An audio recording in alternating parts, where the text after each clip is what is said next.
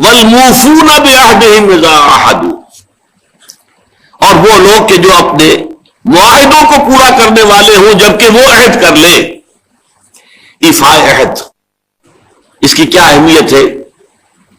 ایک حدیث، حضور کے جو خادم خاص تھے حضرت انس بن مالک رضی اللہ تعالی عنہ، تقریباً 9 برس تک مدنی زندگی جو ہے اس میں وہ حضور کے ذاتی خادم کی حیثیت سے رہے، اور ان کا کہنا یہ ہے کہ قلما خطبنا رسول اللہ صلی اللہ علیہ وسلم الا قال لا ایمان لمن لا امانۃ له ولا دین لمن لا عہد له. کہتے ہیں شاذ ہی کبھی ایسا ہوا ہوگا کہ حضور نے ہمیں خطبہ ارشاد فرمایا ہو کسی بھی موقع پر،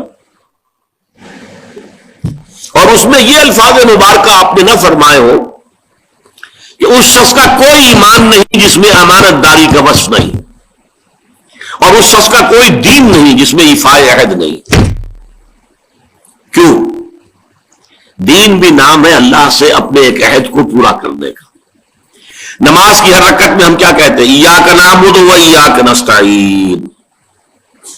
پروردگار ہم صرف تیری ہی بندگی اور پرستش کرتے ہیں، اور صرف تیری ہی بندگی اور پرستش کرتے رہیں گے، اور اے پروردگار ہم صرف تجھ ہی سے مدد کے خواہاں ہیں اور تجھ ہی سے مدد چاہتے رہیں گے.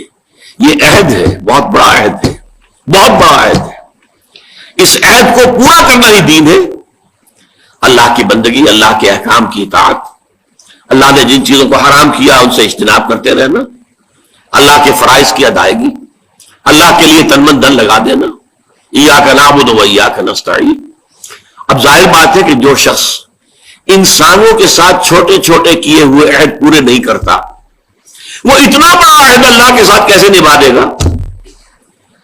جو 2 پیسے کے اندر امانت کا ثبوت نہیں دے سکتا، اس میں بھی خیانت کر گزرتا ہے، وہ 2 کروڑ میں کیسے امین ثابت ہوگا؟ لہذا لا دین لمن لا عہد لہ، لا ایمان لمن لا امانۃ لہ ولا دین لمن لا عہد لہ. جس شخص میں امانت داری کا وصف نہیں ہے اس کا کوئی ایمان نہیں، اور جس کے اندر ایفاء عہد کا مادہ نہیں ہے اس کا کوئی دین نہیں.